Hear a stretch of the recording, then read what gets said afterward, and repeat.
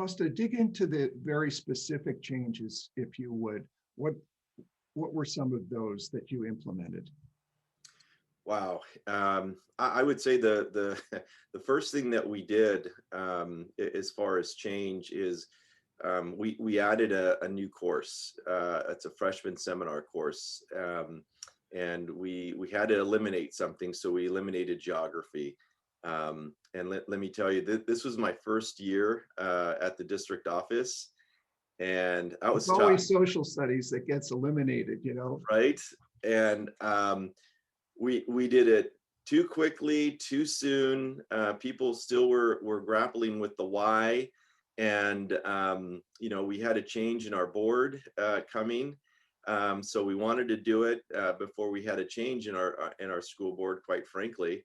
And but the first change was we're eliminated geography, and I think that really took a lot of teachers back and saying, oh wow, they're serious about this change. This isn't they're not mincing their words when they say we need to change what we're doing. So the first thing we did was we looked at the curriculum, and we looked at how we can give students an experience of this application of learning. So if you're talking to me in my English, social science class, or any culinary arts, any of the electives, why am I in the class taking these classes to begin with? So we really brought in the career technical education to help explain to the students and the staff the why, right? So this is why you're learning what you're learning, so that you can apply it in the field of medicine, in the field of construction, in the field of mechanics or engineering or bioengineering, whatever that was. So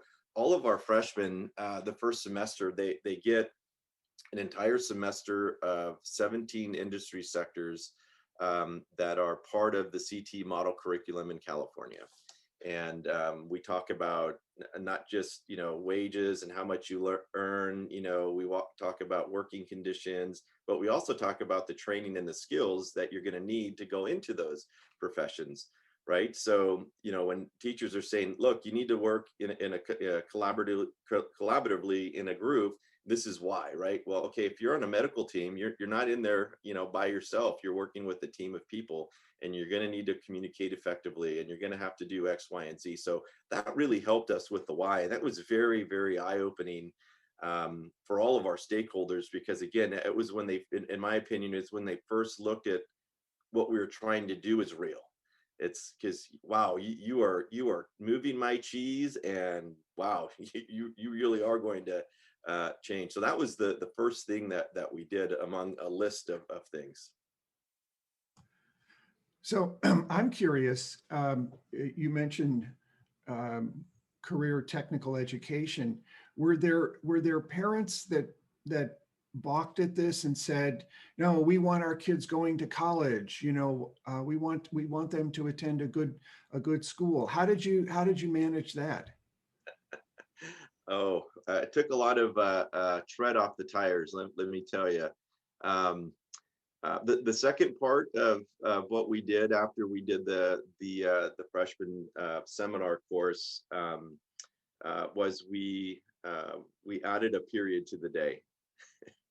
So we went from a 6-period day to a 7-period day for the very exact reason that you just said. So we found that we can want this for all of our students, but remember, our parents were still, hey, what you did before worked, so I want my child to have nothing to do with this career technical education seminar stuff, this experiment, right? This experiment that you're doing, I don't want anything to do with it. Get them in the math class, the honors English class, get them in the biology class. So what we did was we added an extra period to ensure that students had room in their schedule, because what we were hearing from the parents, of course, was, oh, well, they don't have room in the schedule. They can't take the class. So we're gonna have to opt out. Well, what we did then was we went back, and I had tough conversations in cabinet. So we added a graduation requirement now for students to take 2 years of career technical education. So they have to take, at the very minimum, a concentration course and a capstone course. the capstone course is at the end, and it's all applied, where you're out in an internship, you're out in the field, you're out, applying, you're learning from the introduction and the concentration course. So we went from freshman seminar, adding a 7-period day, graduation requirement.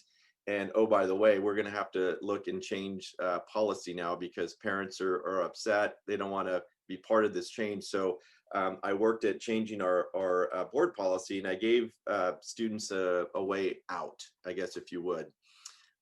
So brought in teachers and said, okay, so if students are not going to take this capstone course, and let's remember the why, our businesses and our colleges are saying our students don't have these skills, what are we going to do? So what's the criteria that we're going to build in, to this opt out? And that was a really, really tough conversation, to have.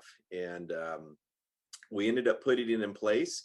But what we found was after a couple of years, students again were engaged in these CTE courses, and they in turn were going back to their parents saying, no, I want to take that class. I want to take that CTE class, because it was students again having voice and choice, and they were, at the center of learning. It wasn't the boring lecture class, right, that they were having to take. And then many of the courses that we included in our CTE pathway, they're college transferable units to our CSU or UC. So, as we're building all this, my team and I are working on how do we align this, right? These CTE courses aren't for the other kids; they're for everyone.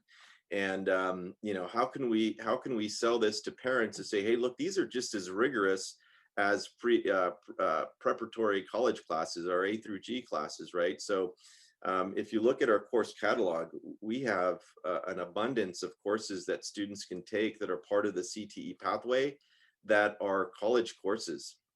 So, with them passing, successfully, they're earning college credit. So that was another, big piece that we brought to our parents to say, look, you as a parent are saying, I don't want my child to be in this watered down class, or my child is going to college, he's not, he doesn't need this career technical education class. And it was us explaining, it's like, look, this isn't your vocational ed class from the 60s and 70s.